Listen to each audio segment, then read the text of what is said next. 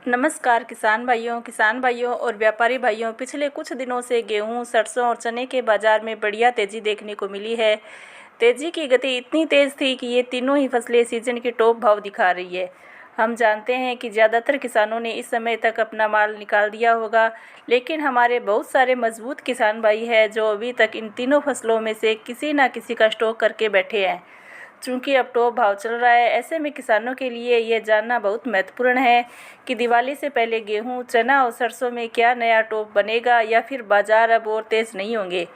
इसका उत्तर जानने के लिए हमने तीनों फसलों के बाज़ार का गहन विश्लेषण करके आपके लिए ये वीडियो तैयार की है। इस वीडियो में सरसों पर ज़्यादा फोकस किया गया है। गेहूँ और चने की वीडियो जल्दी ही आपके सामने रखी जाएगी। किसान भाइयों और व्यापारी भाइयों, सितंबर का महीना समाप्त होने वाला है और धीरे धीरे हम दिवाली के त्यौहार के नज़दीक जा रहे हैं।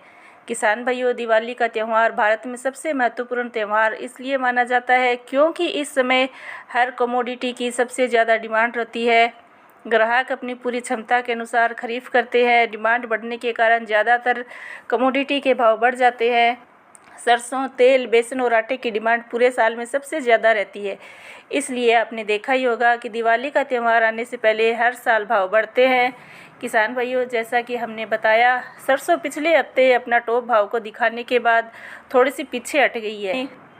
खरीद भाव में थोड़ी गिरावट रही या फिर यूँ कहें कि दबाव रहा। किसान भाइयों, व्यापारियों का मानना है कि त्योहारी सीजन को देखते हुए सरसों में इन भावों में यहाँ से आगे कोई बड़ी गिरावट नहीं आएगी। किसान भाइयों, DHD न्यूज़ का मानना है कि बाज़ार में दिवाली तक बड़ी मंदी के चांस बहुत कम हैं। हालांकि बाज़ार बहुत ज़्यादा तेज़ हो चुके हैं और इन स्तरों से थोड़ा बहुत करेक्शन आ सकता है। ज़्यादा से ज़्यादा अगर गिरावट आएगी तो 100 से 200 रुपये की गिरावट आ सकती है। इसके बाद में जैसे ही श्राद्ध के दिन समाप्त हो जाएंगे, तेल की मांग बढ़ेगी और बाज़ार स्थिर हो जाएंगे। बाज़ारों को विदेशी तेलों का भी ठीक ठाक सहारा मिला हुआ है, इसलिए भी कोई बड़ी गिरावट आने की संभावना कम ही है। किसान भाइयों, अगर आप सरसों में और 1000 रुपये की तेज़ी की उम्मीद कर रहे हैं तो ऐसा होना बहुत ही मुश्किल दिखाई दे रहा है। और रही बात 200 से 300 की तेज़ी का, तो ऐसा तो हो सकता है, लेकिन इसमें रिस्क बहुत ज़्यादा है। अगर आपने हमारे विश्लेषण के अनुसार सरसों में स्टॉप लॉस की नीति को अपनाया है तो आप अभी तक भाव में 800 से 900 रुपये की तेज़ी का लाभ उठा चुके हैं। नीचे में आप 6900 का स्तर जयपुर में मानकर चले। अगर बाज़ार इससे नीचे फिसलते हैं तो माल को निकाल देना चाहिए। ऊपर में 7200 का भाव एक बड़ा रेसिस्टेंस माना जा सकता है। इसके ऊपर भाव तभी जाएगा जब सरसों की आवक 2.5 लाख बोरी से कम रहे। कुल मिलाकर माल को निकालना फ़ायदे का सौदा माना जाना चाहिए।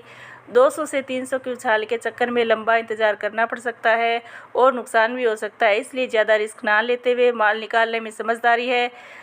किसान भाइयों, हमारा कार्य बाज़ार की तेज़ी मंदी रिपोर्ट से आपको अवगत कराना है। बाकी आप अपना व्यापार अपने विवेक से करें। साथ ही साथ वीडियो को लाइक और चैनल को सब्सक्राइब भी ज़रूर करें। जय जवान, जय किसान।